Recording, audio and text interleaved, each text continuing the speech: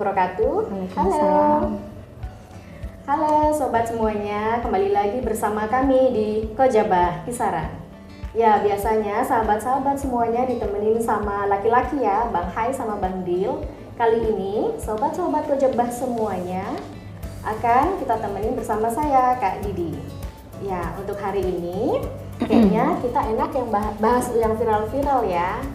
Nah, untuk yang viral-viral di Kabupaten Asahan atau khususnya di Kisaran, biasanya teman-teman pasti lihat di Cerita Asahan, ya.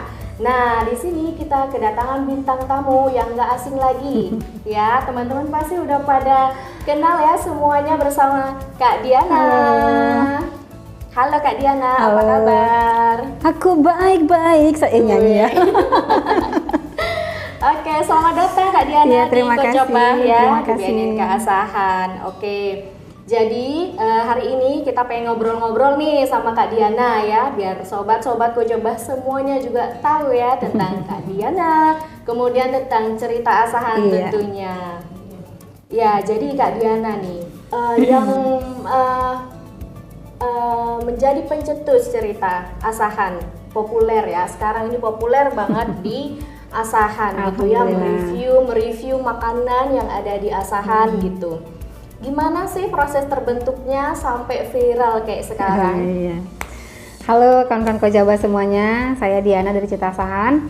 Jadi Kak Didi, kalau Cerita Asahan itu sebenarnya sudah terlalu lama ya, sejak tahun 2011 kita sudah berdiri.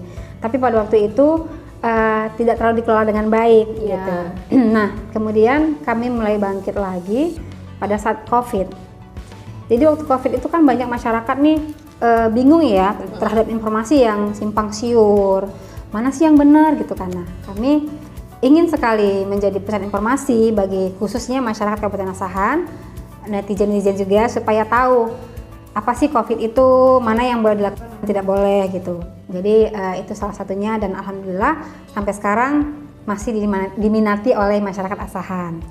Tapi Cerita Asahan itu bukan melulu kuliner loh, bukan cuma tentang makanan nih kalau Cerita Asahan. Jadi kalau di Cerita Asahan itu kami menampung semua informasi yang disampaikan oleh masyarakat, netizen juga. Yang penting informasi itu bersifat edukasi juga, bermanfaat juga bagi orang lain. Misalnya kayak kita sering lihat barangkali kecelakaan ya atau apa.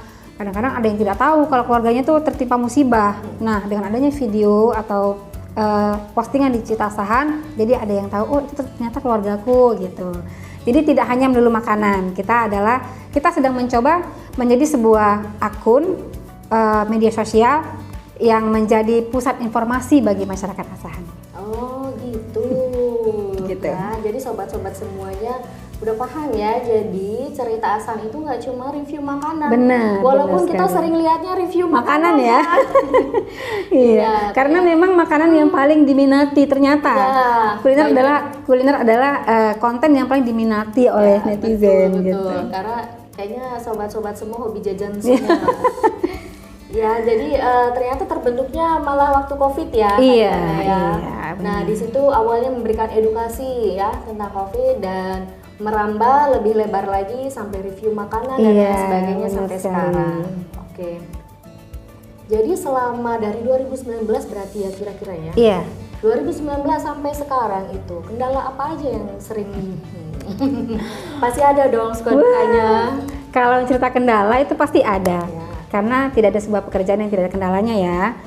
Banyak banget, tapi sejauh ini kami masih solid dan masih bisa menghandle lah apapun kendala yang terjadi di lapangan, terutama di lapangan nih. Dan kemudian kendala yang lain itu adalah ketika ada satu postingan dari kawan Cerita Asahan, kami menyebutnya netizen kita itu adalah kawan Cerita Asahan gitu kan. Jadi ketika ada salah satu postingan dari kawan Cerita Asahan yang menyinggung kawan lain gitu. Nah, itu kan pasti kontennya ke kita nih. Kenapa diposting? Kenapa begini? Kenapa begitu? Ya, nyenggol gitu. Nah, disitulah kendala yang kadang sering kami hadapi. Tapi ketika semua dibicarakan dengan baik, alhamdulillah semua selesai. Gitu. Ya, karena persaingan juga ini ya. Mungkin ya. Oke, jadi selama bikin konten-konten yang bervariatif itu ya, apa ya cerita yang kira-kira paling menarik dan berkesan nih buat Kak Diana nih? Banyak sekali sebenarnya. Kesan itu banyak sekali. Tapi yang paling berkesan itu adalah ketika kami membuat sebuah konten tentang pariwisata di Kabupaten Asahan. Sebenarnya tujuan cerita Asahan itu adalah, kan namanya tadi pusat informasi ya Kak ya. Berharap semua orang melihat dan tahu ada informasi ini loh di sini gitu kan. Tapi ada orang-orang yang mungkin melihat konten kami itu dari perspektif lain. Dia menganggapnya itu seperti sebuah, kenapa dijelek-jelekin, kenapa nggak yang bagusnya aja gitu. Nah, cerita Asahan Kak, ketika membuat sebuah konten, kami tidak pernah memanipulasi. Apa adanya. Real. Ya, jadi kalau nanti misalnya Kakak lihat-lihat konten kita yang tentang kuliner, di situ kami tidak pernah menyebutkan makanan itu enak banget, kamu wajib coba, kalau nggak coba berdosa, kan wajib. Ya.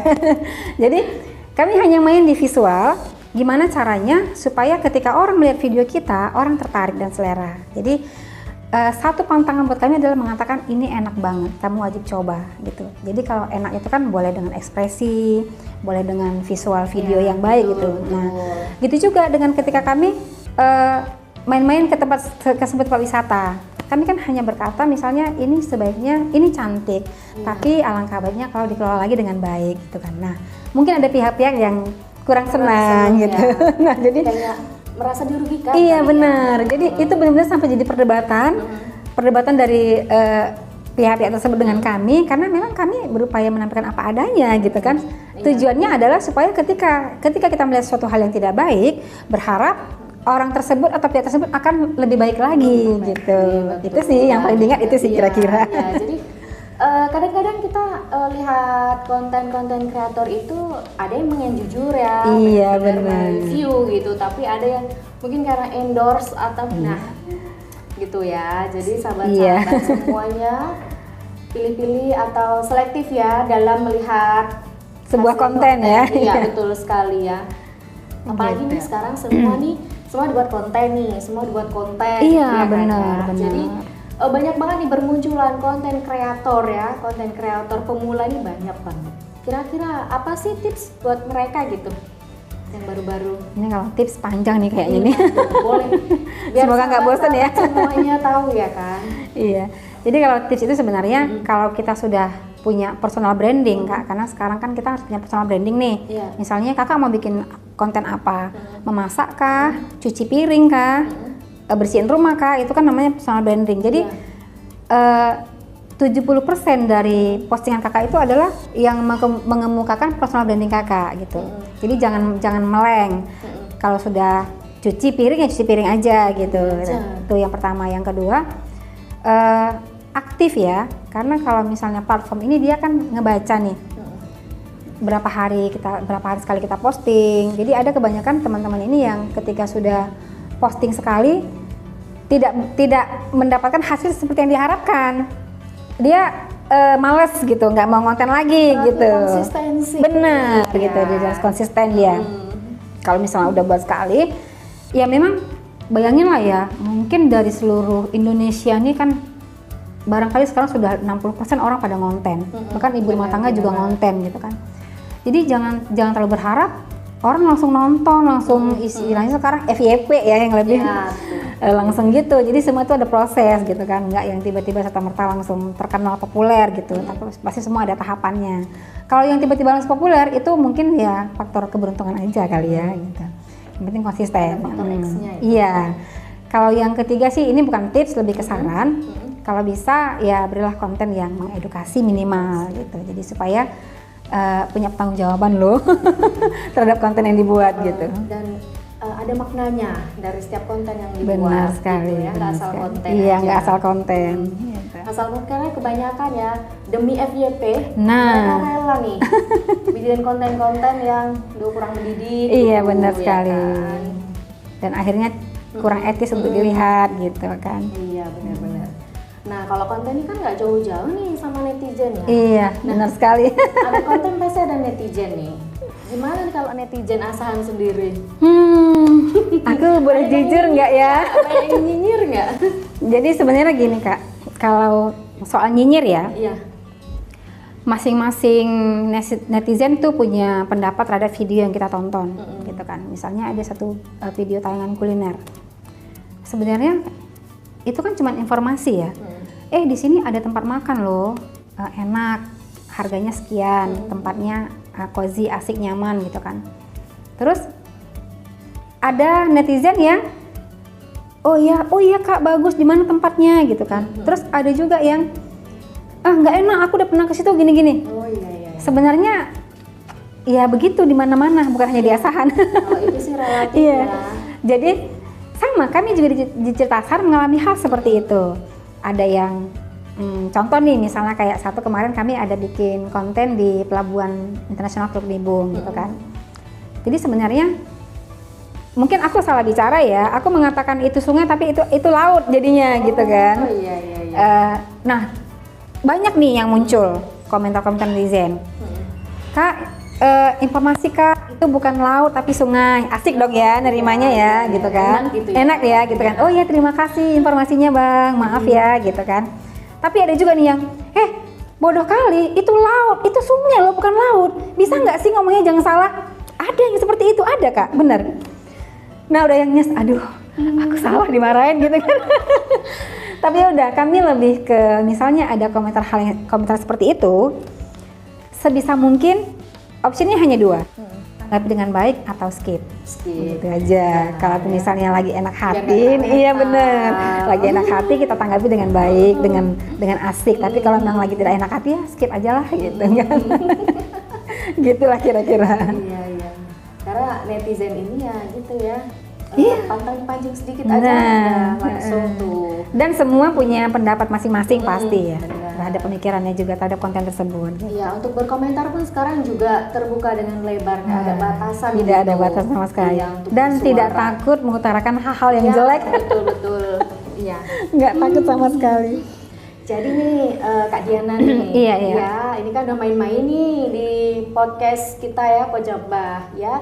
Dimana podcast Kojabah ini kita berpusat di kantor Badan Narkotika Nasional Kabupaten Asahan ya. Jadi nggak jauh-jauh nih bicara tentang narkoba ya. Kalau menurut Kak Diana sendiri, gimana sih tanggapan kakak kalau menurut pandangan kakak di wilayah Asahan ini tentang penyalahgunaan narkoba? Tarik napas dulu boleh nggak? Boleh dong. Ini ada minumnya nih. Jadi gini ya Kak, sebenarnya kalau kita bicara soal narkotika, jujur sangat sedih dan miris gitu. Seperti yang mungkin sedikit saya ketahui, Asahan ini juga termasuk luar biasa ya dalam masalah narkotika ya. Ini pengalaman pribadi loh Kak. Saya pribadi pernah suatu kali naik sepeda motor di sebuah daerah yang tidak usah sebutkan daerah mana. Itu dia sudah main mancis nih. Ada juga yang lampu laser gitu ya. Kak, mau berapa? Gitu. Sampai ditawarin. Padahal mungkin dia bisa lihat kita yang dengan mohon maaf nih dengan busana muslim ya, kelihatan juga ibu-ibu banget gitu ya. Gitu kan. Tapi masih ada yang seperti itu ternyata gitu. Jadi memang kalau menurut saya sih sudah dalam tahap sedih dan khawatir sebagai masyarakat, sangat sedih dan khawatir terhadap peredaran narkotika ini. Karena pernah dengar juga sih kalau beberapa miligram itu bisa dipakai rame-rame gitu kan. Jadi CK sih. Oh namanya CK ya? CK. Iya, jadi aduh sudah semudah itu ternyata mendapatkan narkotika di Asahan gitu kan. Gitu. Jadi ya sedih, miris, khawatir juga, terutama khawatir lah pasti karena kita punya keluarga, punya anak juga. Iya benar gitu sih, lebih gitulah kira-kira. Sangat ironi banget ya buat sahabat-sahabat semuanya ya, jangan sampai ya. Aduh. Seperti yang diceritain Kak Diana, apalagi sampai yang nawarin itu tadi. Iya benar, itu pengalaman pribadi loh, pribadi bukan mengada-ngada nih. Di mana? Nanti aku spill ya. Iya. Jadi kalau dari situ tadi sesuai pengalaman kakak tadi, kira-kira apa sih yang bikin mereka kok sampai mau gitu jual atau bahkan make gitu? Apa kira-kira pemicunya ya? Mungkin menurutku yang paling utama itu ada lingkungan ya Kak ya. Lingkungan ya. Ketika di lingkungan tersebut sudah ada hal-hal yang terkait dengan narkotika, melebar ke tempat lain di lingkungan tersebut, ya mungkin dari situ yang pertama. Yang kedua, kalau tadi jual bisa jadi mungkin faktor ekonomi. Kurangnya lapangan pekerjaan, kurangnya SDM juga untuk bekerja yang lebih baik gitu kan. Tapi kalau untuk yang pemakai mungkin ya faktor lingkungan yang pertama.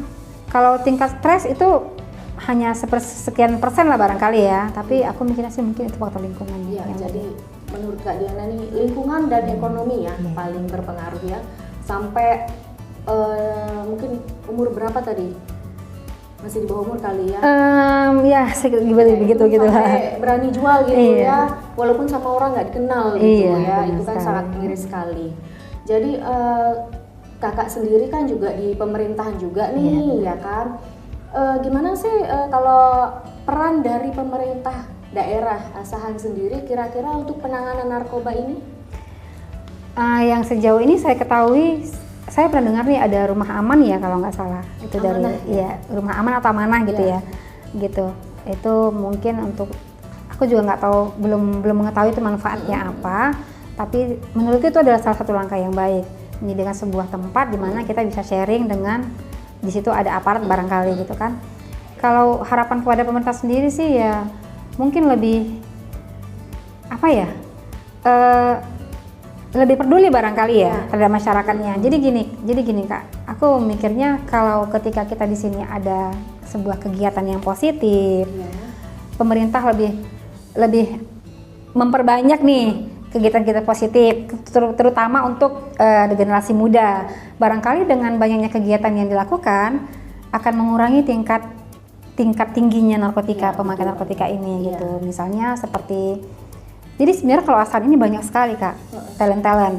Kita di sini ada mural, lukisan-lukisan di dinding, ada teman-teman live musik juga yang ngamen di jalan. Itu sebenarnya kalau kita kumpulin, bikin suatu event, barangkali akan sangat luar biasa, mengurangi. Iya benar gitu. Tinggal bantuan pemerintah aja gimana nih, ayo kita buat event ini, kamu mural di sini, kamu mau dagang apa di sini, kamu mau nyanyi-nyanyi boleh buat musik di sini, atau ada yang lain, ada yang ngedance, ada apa. Aku pikir dengan kegiatan seperti itu tuh lebih bisa mengurangi tingkat maraknya narkotika ini, barangkali seperti itu. Iya, jadi lebih ke life skill-nya ya, iya, biasa dan mungkin penciptaan lapangan pekerjaan itu salah satunya juga ya. Sekali. Iya. Oke, jadi terakhir nih Kak Diana nih ya, kira-kira harapan kakak atau pesan nih buat sobat-sobat semua, pasti di sini kebanyakan juga usia-usia produktif ya, sobat-sobat semuanya ya, apa nih pesan dan harapannya supaya jauhi narkoba? Kalau pesannya mungkin secara umum sering disampaikan lah pasti, terutama oleh pihak BNN ya, jauhi narkoba gitu ya, jauhi narkotika gitu. Karena memang benar-benar tidak ada manfaatnya sama sekali. Yang kedua, ya lebih banyak kegiatan lah untuk mengurangi rasa ingin ya, mengisi waktu, mengurangi rasa ingin tahu. Jangan mau tahu sama narkotika, jangan mau tahu. Tidak usah, nggak ada, skip aja narkotika, skip aja gitu. Kalau jargonnya no drug gitu ya, kalau aku sih narkotika skip ya. Iya. Dan mungkin ini ya, pilih-pilih teman kali ya zaman sekarang. Iya, benar sekali pilih teman. Apalagi zaman sekarang ini, maaf Kak, belakangan ini Asahan ini lagi marah sekali geng motor ya gitu. Iya, benar banget tuh. Itu benar-benar keresahan sebenarnya bagi orang tua keluarga. Malam-malam anaknya keluar pada motor-motoran, bahkan ada yang sampai bawa senjata tajam gitu ya gitu. Ya, jadi mungkin harapannya adalah kepada orang tua di rumah, terutama saya sendiri karena saya orang tua juga ya gitu kan. Lebih aware lah terhadap anak-anak ya. Lebih perhatian. Ketika jam 10 malam belum sampai rumah ya mungkin, di mana kamu? Karena ditakutkan itu salah satu benar sekali mereka di bawah kendali dari narkoba gitu. Iya, salah satunya itu kan. Iya, betul banget. Oke, sobat-sobat Kojebah semuanya ya, nggak terasa ya beberapa waktu. Asik nih ngobrolnya nih. Sama Kak Diana ya. Oke, mungkin dari cerita Asahan, kemudian merambah ke penyalahgunaan narkoba di wilayah Asahan khususnya ya. Mungkin obrolan kita sampai di sini dulu ya, Kojaba semuanya ya. Nanti kita akan ngobrol-ngobrol bareng Kak Diana lagi di lain waktu. Terima kasih. Oke, makasih banyak Kak Diana. Sama-sama, waktunya Kak Didi. sudah mampir di Kojaba. Untuk sobat-sobat Kojaba semuanya dan khususnya muda-mudi Kabupaten Asahan ya, ayo kita semuanya tolak narkoba ya, ciptakan Asahan Bersinar, bersih dari narkotika.